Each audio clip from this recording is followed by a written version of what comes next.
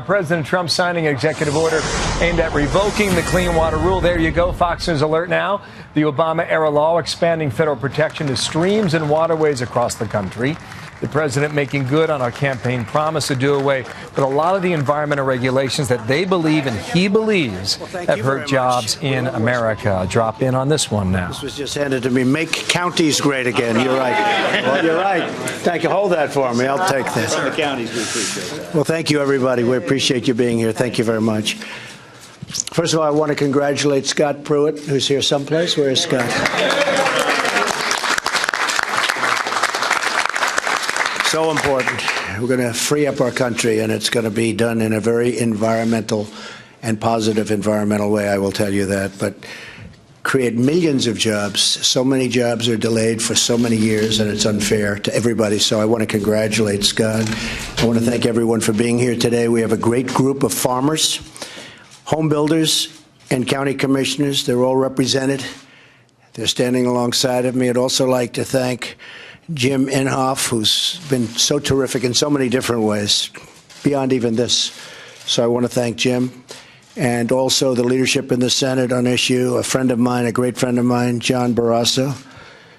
EPA's so-called Waters of the United States rule is one of the worst examples of federal regulation, and it has truly run amok and is one of the rules most strongly opposed by farmers, ranchers, and agricultural workers all across our land. It's prohibiting them from being allowed to do what they're supposed to be doing. It's been a disaster. The Clean Waters Act says that the EPA can regulate navigable waters, meaning waters that truly affect interstate commerce. But a few years ago, the EPA decided that navigable waters can mean nearly every puddle or every ditch on a farmer's land or any place else that they decide, right? It was a massive power grab. The EPA's regulators were putting people out of jobs by the hundreds of thousands, and regulations and permits started treating our wonderful small farmers and small businesses as if they were a major industrial polluter. They treated them horribly, horribly. If you want to build a new home, for example, you have to worry about getting hit with a huge fine if you fill in as much as a puddle, just a puddle on your lot. I've seen it. In fact, when it was first shown to me, I said, "No, you're kidding, aren't you?" But they weren't kidding.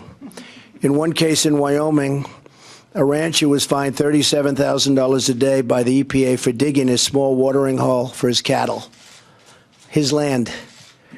These abuses were and are why such incredible opposition to this rule from the hundreds of organizations took place in all 50 states. It's a horrible, horrible rule. Has sort of a nice name, but everything else is bad. I've been hearing about it for years and years. I didn't know I'd necessarily be in this position to do something about it, but we've been hearing about it for years. With today's executive order, I'm directing the EPA to take action, paving the way for the elimination of this very destructive and horrible rule. So I want to thank everybody for being here, and I will sign wherever I'm supposed to sign. There we are. Thank you very much. Thank you, Mr. President. All right. Yeah. Thank you, Mr.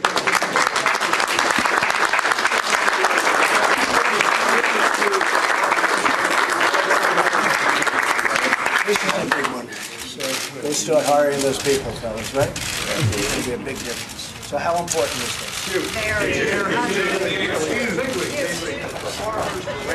Bigly. Huge. It was a big part of his campaign, too, as candidate Trump talked about regulations hurting American businesses, and he said he was going to cut them out, and right now he is doing just that. In the early days after being sworn in, he would get rid of 2 regulations for every one created, so this is following through on that.